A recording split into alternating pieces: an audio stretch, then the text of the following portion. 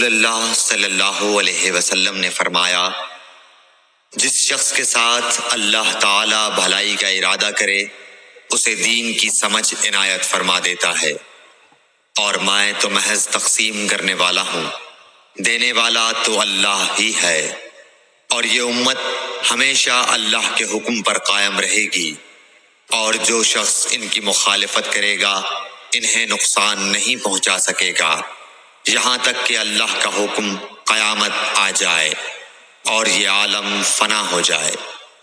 صحیح بخاری حدیث نمبر 71۔ عبداللہ بن عمر رضی اللہ تعالی عنہ کہتے تھے کہ ہم رسول اللہ صلی اللہ علیہ وسلم کی خدمت میں حاضر تھے کہ آپ صلی اللہ علیہ وسلم کے پاس کھجور کا ایک گابھا لایا گیا۔ اسے دیکھ کر آپ نے فرمایا کہ درختوں میں ایک درخت ایسا ہے اس کی مثال مسلمان کی طرح ہے۔ ابن عمر کہتے ہیں کہ یہ سن کر میں نے ارادہ کیا کہ عرض کروں کہ وہ درخت کھجور کا ہے، مگر چونکہ میں سب میں چھوٹا تھا اس لیے خاموش رہا۔ پھر رسول اللہ صلی اللہ علیہ وسلم نے خود ہی فرمایا کہ وہ کھجور ہے۔ صحیح بخاری حدیث نمبر 72۔ رسول اللہ صلی اللہ علیہ وسلم کا ارشاد ہے کہ حسد صرف دو باتوں میں جائز ہے، ایک تو اس شخص کے بارے میں جسے اللہ نے دولت دی ہو اور وہ اس دولت کو راہ حق میں خرچ کرنے پر بھی قدرت رکھتا ہو، اور ایک اس شخص کے بارے میں جسے اللہ نے حکمت کی دولت سے نوازا ہو اور وہ اس کے ذریعے سے فیصلہ کرتا ہو اور لوگوں کو اس حکمت کی تعلیم دیتا ہو۔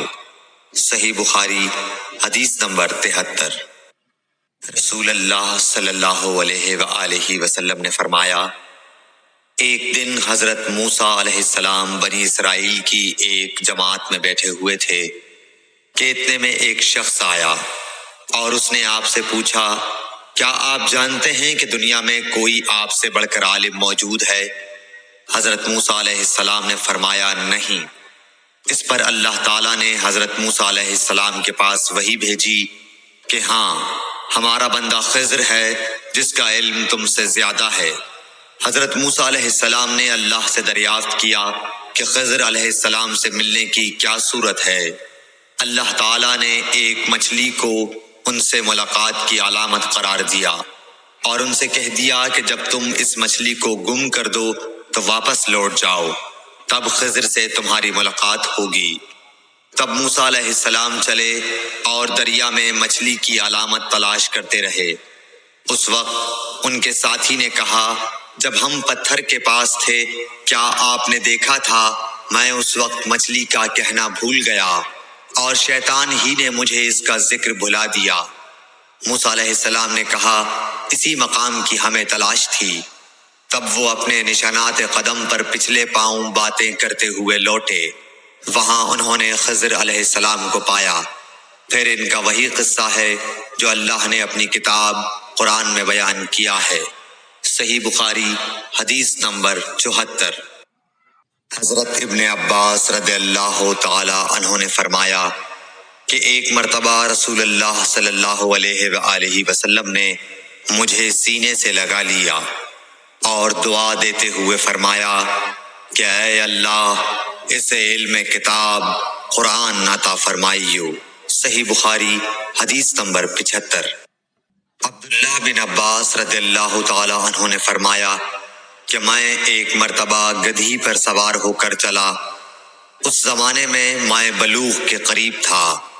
رسول اللہ صلی اللہ علیہ وسلم منی میں نماز پڑھ رہے تھے اور آپ کے سامنے دیوار کی آڑ نہ تھی، تو میں بعض صفوں کے سامنے سے گزرا اور گدھی کو چھوڑ دیا۔ وہ چرنے لگی، جبکہ میں صف میں شامل ہو گیا، مگر کسی نے مجھے اس بات پر ٹوکا نہیں۔ صحیح بخاری حدیث نمبر 76۔ محمود بن ربی فرماتے ہیں کہ مجھے یاد ہے کہ ایک مرتبہ رسول اللہ صلی اللہ علیہ وسلم نے ایک ڈول سے منہ میں پانی لے کر میرے چہرے پر کلی فرمائی اور میں اس وقت 5 سال کا تھا۔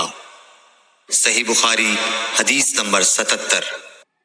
حضور اکرم صلی اللہ علیہ وآلہ وسلم نے فرمایا کہ ایک بار حضرت موسیٰ علیہ السلام بنی اسرائیل کی ایک جماعت میں تھے کہ اتنے میں ایک شخص آیا اور کہنے لگا، کیا آپ جانتے ہیں کہ دنیا میں آپ سے بھی بڑھ کر کوئی عالم موجود ہے؟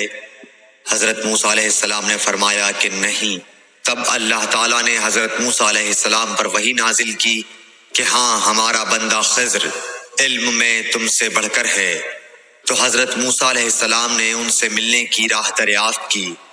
اس وقت اللہ تعالیٰ نے ان سے ملاقات کے لیے مچھلی کو نشانی قرار دیا اور ان سے کہہ دیا کہ جب تم مچھلی کو نہ پاؤ تو لوٹ جانا، تم خضر سے ملاقات کر لوگے۔ حضرت موسیٰ علیہ السلام دریا میں مچھلی کے نشان کا انتظار کرتے رہے۔ تب ان کے خادم نے ان سے کہا، کیا آپ نے دیکھا تھا کہ جب ہم پتھر کے پاس تھے تو میں وہاں مچھلی بھول گیا اور مجھے شیطان ہی نے غافل کر دیا؟ حضرت موسیٰ علیہ السلام نے کہا کہ ہم اسی مقام کے تو متلاشی تھے۔ تب وہ اپنے قدموں کے نشانوں پر باتیں کرتے ہوئے واپس لوٹے۔ وہاں خضر علیہ السلام کو انہوں نے پایا۔ پھر ان کا قصہ وہی ہے جو اللہ تعالیٰ نے اپنی کتاب میں بیان فرمایا ہے۔ صحیح بخاری حدیث نمبر 78۔ آپ صلی اللہ علیہ وآلہ وسلم نے فرمایا کہ اللہ تعالیٰ نے مجھے جس علم و ہدایت کے ساتھ بھیجا ہے اس کی مثال زبردست بارش کی سی ہے جو زمین پر خوب برسے۔ بعض زمین جو صاف ہوتی ہے وہ پانی کو پی لیتی ہے اور بہت بہت سبزہ اور گھاس اگاتی ہے، اور بعض زمین جو سخت ہوتی ہے وہ پانی کو روک لیتی ہے۔ اس سے اللہ تعالیٰ لوگوں کو فائدہ پہنچاتا ہے، وہ اس سے سیراب ہوتے ہیں اور سیراب کرتے ہیں۔ اور کچھ اور زمین کے بعض خطوں پر پانی پڑتا ہے جو بالکل چٹیل میدان ہوتے ہیں، نہ پانی روکتے ہیں اور نہ ہی سبزہ اگاتے ہیں۔ تو یہ اس شخص کی مثال ہے جو دین میں سمجھ پیدا کرے اور نفع دے، جس کو وہ چیز جس کے ساتھ میں مبعوث کیا گیا ہوں اس نے علم دین سیکھا اور سکھایا۔ اور اس شخص کی مثال جس نے سر نہیں اٹھایا یعنی توجہ نہیں کی، اور جو ہدایت دے کر میں بھیجا گیا ہوں اسے قبول نہیں کیا۔ صحیح بخاری حدیث نمبر 79۔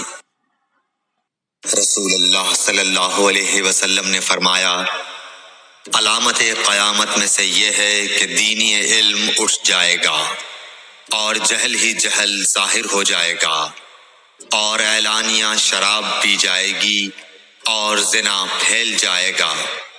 صحیح بخاری حدیث نمبر 80۔